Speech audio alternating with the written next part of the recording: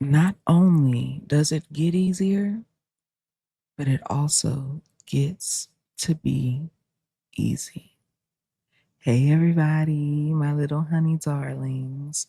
Welcome in to the Uncapped and Uncaged podcast. I am Chelsea, your both being muse and mentor, and here we talk about financial liberation and stepping away from scarcity so we can really start to expand and enjoy our spaciousness, our lushness, our decadence, honey, our honey era, okay?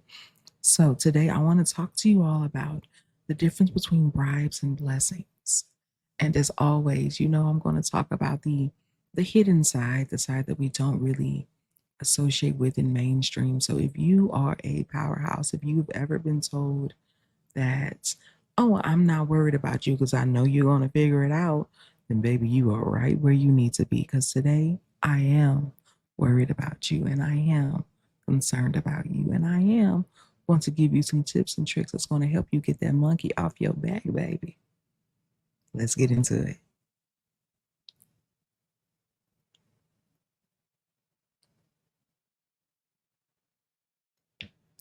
Now, first things first, let's talk about bribes, right? And we know what a bribe is. If you do this for me, then I'll do that for you. I'll sweeten the pot. I'll give you a little back end. And we love a good bribe. We love a good bribe as, women who are so used to working themselves worthy. We love a good bribe because it feels like a guarantee, but in our mind, it makes sense because we earned it. I did the thing. So naturally, I expect the result, right? And how many times have you seen this in frustration? Like, I didn't eat cake and I walked every day this week. Why? Why is my back still so wide? Right? I signed up, I volunteered for the project, I executed on the project perfectly. Why am I only getting a 3% raise?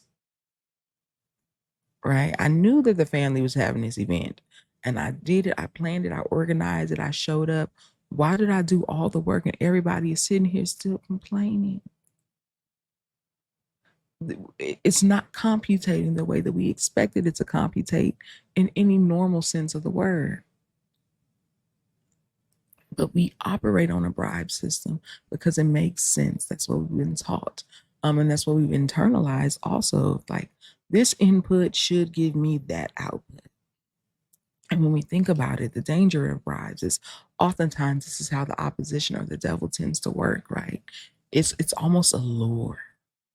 It's a lure of guarantee. It's a lure of certainty. It's like, oh yes. And one thing we love, honey, as women who got to get things done, is we love a certainty. We love yes, a definite yes, a concrete yes. And that's why we like bribes so much. But the problem with that is then you become so reliant on what you can do in order to make it happen, right? We see this especially in our relationships, right? If I just shut up, cook and clean, and don't say nothing, then I expect this man to give me a ring.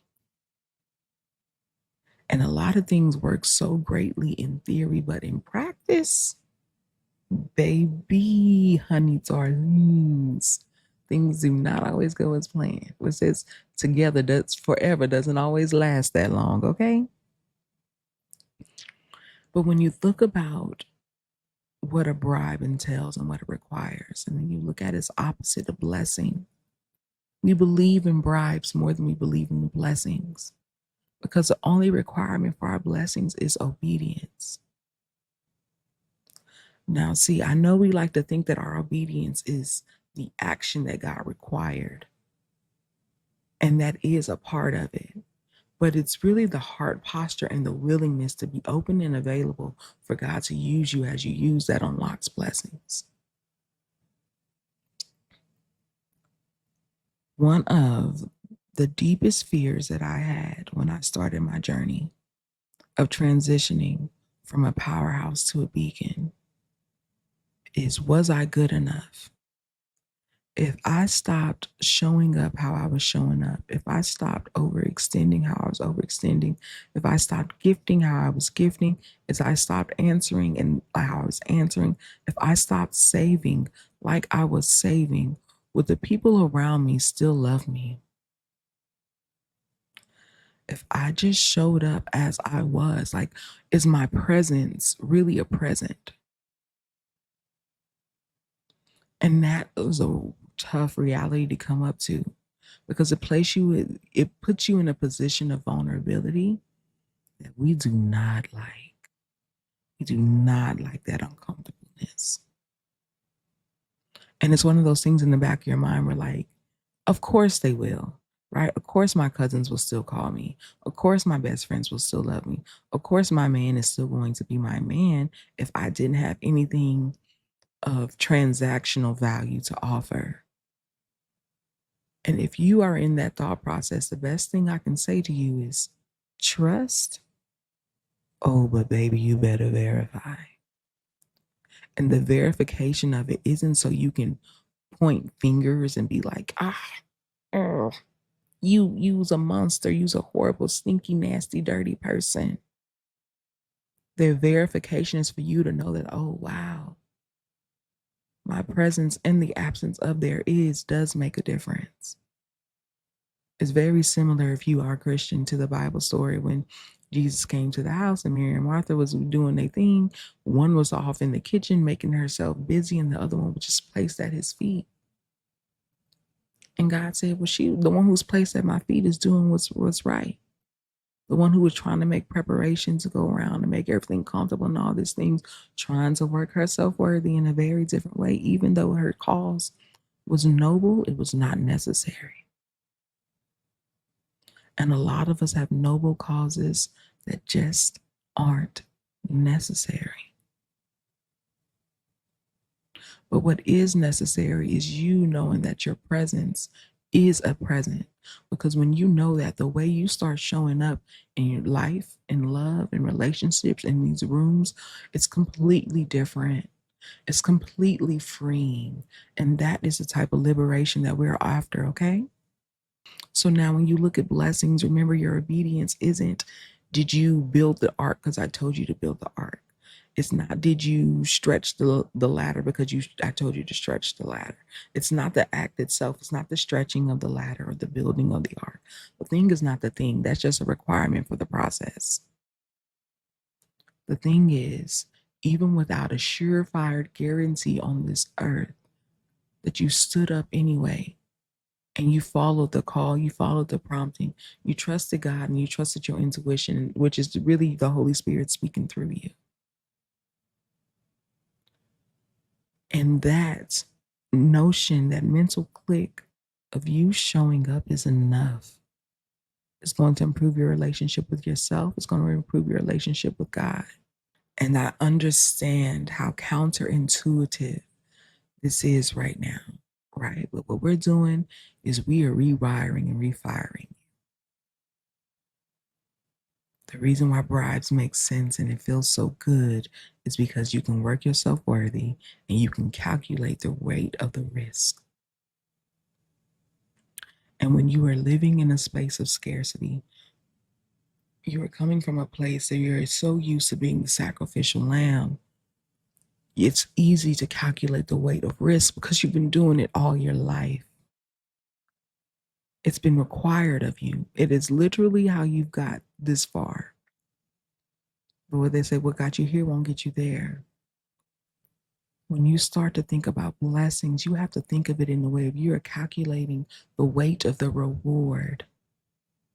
Remember how we talked about in the last podcast? It's the difference between running from something and running towards it.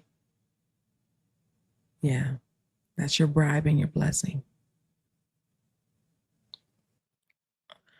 So let me tell you how trading bribes for blessings has showed up and increased things for me in a way that to this day I will never wrap my head around. Go back to Dallas, started consulting. Baby, talk about overworked and underloved. Clocking in lots of hours, very much so hours, much more hours than anticipated, and then it was salary. So eventually it got to the point where I couldn't do this no more. So I was at that job and I wanted to quit, which was a pivotal moment for me because I knew I was quitting with nothing lined up. Didn't have much money in savings and stuff of that nature, and I was the financial go-to at that point for my family. So I was like, you know what? I cannot do this, God. You gave me your blessing. I'm gonna quit. I go sit down, tell them I'll sign my 2 weeks notice. Girl, they had a little meeting intervention of what can we do to keep you? Can we do this? Can we do that? And I sat here and went through the motions and I stayed longer than I should have. That was for you. I stayed longer than I should have. That was for you. And now, and then 2 weeks, 2, 3 weeks passed. I think it was like maybe a month or so passed. I'm like, you know what? I gotta go. I got a tip. By this time, I started studying to get my CAMP or CAPM. Yeah, my CAPM, which is like a junior PM or project management certificate. So I am studying, honey. I remember I took the test. I had to go back up to the office because I didn't have good Wi-Fi at the house. So I went back to the office to take the test. I got my certification. So I'm like, okay. I'm talking to one of my coworkers about, yeah, I just got my certification. I got this, I got that. And she understood the weight of the certification differently than I did. Because, baby, I just be doing stuff. I just be doing stuff. If I see something, I'm like, okay, I'll do it. And I never really understood the weight of it until the work was done. But she was like, "Why, girl? What are you doing here? You can go, Ariana. What are you doing here? You got this certification. You have a degree from the University of Texas, a business degree from the University of Texas. Like, baby, you positioned yourself very well." So I'm like, okay, I take that in heed, and baby, I listen to her better than I listen to God. Um, which maybe God was speaking through her in hindsight, because it did give me that spaciousness to get my certificate before I left. But I'm like, okay, forget this, and I'm gonna leave this consulting job. God, you already told me I can leave this consulting job. I'm going to transition into project management, and it's gonna be great. It's gonna be grand, baby. It was not great, and it was not grand, and nobody would hire me. I was going on interview. Well, I wasn't even getting interviews at that point for project situations, and then you start getting desperate. You start flailing, start grasping for straws, honey. You just started applying to just any old thing. And none of the job was going through. I started working at a local event center, um, just to kind of keep me afloat. And then I started a t-shirt line because that was in the height of all the courses and all the things. And it was like, oh, you can drop ship you a t-shirt, honey. But then again, my t-shirts was fire. The slogans was fire. Miss Mama's got a tongue that don't miss. Okay.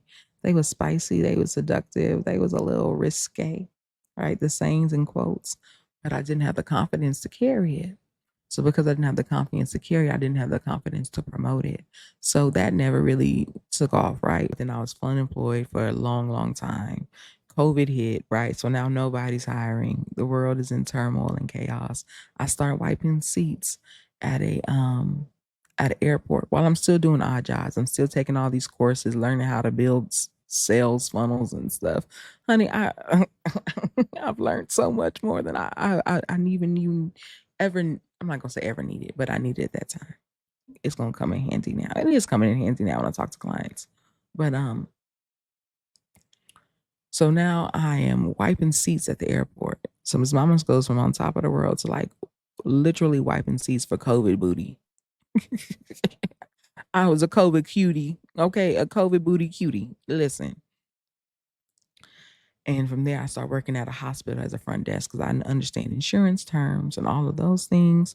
Speaking of insurance terms, y'all let me know if y'all want me to re-release an insurance workbook that helps you pick out your health plans because we are around that time again. But so I'm doing these things, eventually go to work at a hospital as a front desk agent, and I'm just going through the things and going through the motions. And while it felt like a very much so like I took a huge step back, I had to reduce the amounts of mental energy and effort required for me to get through work in order for me to take care of myself. And on the outside looking in, that step down was like, and I felt so much shame around it, right? Especially if you're on LinkedIn and you see all of your other friends going off to business school and all these things. Meanwhile, I'm asking people for their license and their insurance. And I'm there for like, and I'm there and I'm diligent and I'm serving wonderfully for about 2 years, right? I'm doing everything I'm supposed to do, right? But eventually it just wasn't working. I couldn't afford to make my $900 rent. I couldn't afford a rent of $900 while working there. And I started Ubering and all these things. And Miss Mama, he was not about to run me into the ground. I just couldn't do it. So I said, okay, God, I'm ready. I'm ready to put on my big girl panties now. I'm going to start looking for another jobs, new project management jobs. And I go back in here and I get the resume reworked and I do the thing. And I pull out the transferable skills. And y'all, when I tell y'all, when I really applied myself, like I changed my mind. Remember what I said? That confidence, that confidence be a blocker. I start getting these job interviews. And I remember I got one job interview, girl, and I accepted the offer and the offer just fell through. The company just ghosted. And I was so glad I didn't put in my 2 weeks. But all these little things are coming up and I'm grasping. And I finally get down to like 3 jobs of project management that I'm interviewing for. And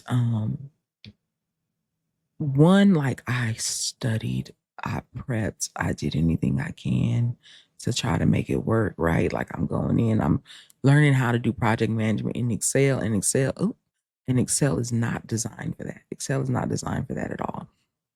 So I'm learning, I'm exhausting myself, right? I'm working for it, I'm white knuckling it, and all these things in no sleep, just up, up, up.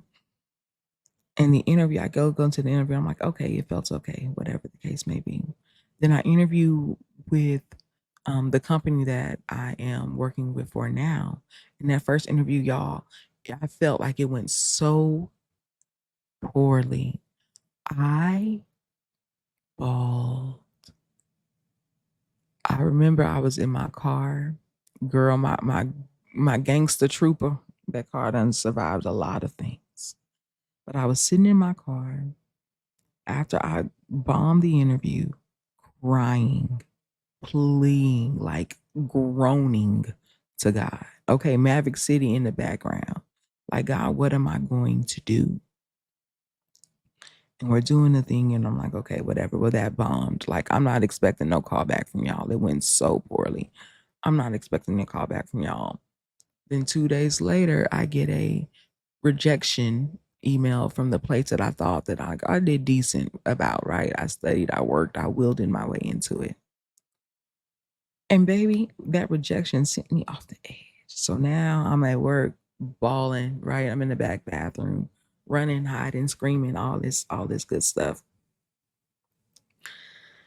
And then 2 days after that, I get called back for a second interview with this job.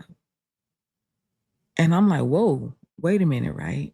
Because I'm underqualified. On paper, I'm underqualified. Yes, I know the skills and the terminology and it's transferable, but I'm underqualified. I go through the interviews, I'm doing it. I go through 3 interviews and eventually, I get the job. And in me getting the job, I'm shocked. I'm not understanding the gravity and the weight of what happened. Um, it's my first 6-figure job. I'm working at a tech company who I didn't know the weight of the company that I was working with because the name is not a well-known name, but it's very much so like us, those hidden gems to where like if you know, you know. So now I'm in here like, oh, this is the big leagues, right? I just went from checking in patients to like managing millions of dollars. Well, not it wasn't millions, but managing multi 6 figures worth of worth of resources and everything. And then I remember asking one of the women who hired me, who eventually like became friends, what was it about my profile that stood out? Because I still felt a bit insecure, still felt a bit like what am I doing here? And it was my soft skills that saved me. It was my light that pushed me over the edge. It was my personality that really drove them to say, oh no, We need this. She was like, we knew there was gaps in your like resume, in your skill set, whatever the case may be. And y'all, when I tell y'all, look, I still get emotional about it now. As a woman who always had to work for everything she had, I never imagined that I could be a personality hire. I knew I could be a powerhouse hire, but I never imagined that I would qualify as a personality hire. And that's because when we put all of our faith in bribes versus blessings and if then exchanges versus since so, yeah, that's good. If then, if I work and if I learn this skill, then you'll give me a job versus since you are who you are and you have the heart that you heart and you're able to communicate to people in a way that's gently and transformational. So we're going to give you the job.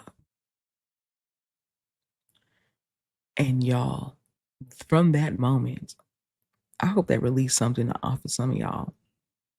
But in that moment, life would never be the same for me. Life will never be the same for me. And I pray that it is never the same for you either. And hopefully you get it a lot quicker than it took me. It took me like 3-4 years. Hopefully you can get it in maybe 3-4 months. But when you start to shift to understanding how blessings work, you realize you can't settle for bribes anymore. Because now I'm at a space to where what I want out of life is going to require a blessing of magnitude. It's beyond my power and my strength and what I am capable of doing in and of myself. It's going to require a relationship with God. It's going to require divine intervention. And that's okay, because guess what? We're going to keep giving God something to bless. We're going to keep giving him something to bless. We're going to show up with our fish and our loaves, and we're going to expect it to feed the multitudes. That's the expectations. And now the next sector of that, if you move in it and a progression of that ladder, is now God is requiring me to lean in so deeply and heavily on my community in a way that I've never imagined before. And it's been the most beautiful, transformational, liberating experience for myself, which I'll talk about more once I'm on the other side of it, right? As I'm still walking through this myself. But when I traded them bribes for them blessings, it requires a spaciousness, it requires a realization, it requires a relinquishing, right? A releasing has to happen. But in that, you think that because the thing is not the thing, and God is very strategic in how he moves and grooves, you think that it's releasing your power over one little area, but it's like God is showing you no. You can release your expectations around this area. You can release the requirements that you set for yourself in this area, and the job can still get done. In fact, you've not even standing in the gap, you've really been standing in the way. So I just need you to shift and shuffle 2 steps to the left and let a real one come through. When a real man holds you down, you supposed to drown, baby. So as we sit and we move through this week, in what areas can you trade bribes for blessings? What things can you be releasing and really just giving to God? What things are you not called to serve? What things are not in your wheelhouse? Whether it's you looking for this new job, whether it's you looking for a partner, whether it's looking for you to start the business, whatever that looks like, what area of opportunity can you give God? How much more spaciousness can you just if can you just leave the door open a little bit? Can you just put a little stick in the door? You know, can you put a little rock in it so he can just walk right in? And when you do that, you will start to continuously detach yourself from your wealth, your work, and your self-worth is going to rapidly increase. And then you're going to start to expand in that space of from scarcity to lack, of realizing that not only do I do enough, I am enough. And I have enough because I know how to be enough, because I am enough. And that is going to stop you from running from things and position you in that beautiful, luscious, decadent, airy space of I get to choose what I'm running towards. Well, y'all, that's all I have for y'all today. And I know it was good. I know it was good enough. And we love a good enough. However, if there was one part of a particular thing that stood out in this view a lot more than others, let us know. Also, I do want to let you know that we are doing our dopamine detox so we can quit relying on external resources to make us feel a type of way, right? We're talking about emotional regulation. This is going to be the clear slate of helping you get your mind back to its neutral state before we can, as we continue to pour into it, as we continue to expand, as we continue to get just juicier and juicier and richer and more vibrant and more depth on the podcast. So until then, I love y'all. I like y'all. Stay rich, honey. Stay resilient and stay ready. See y'all next week.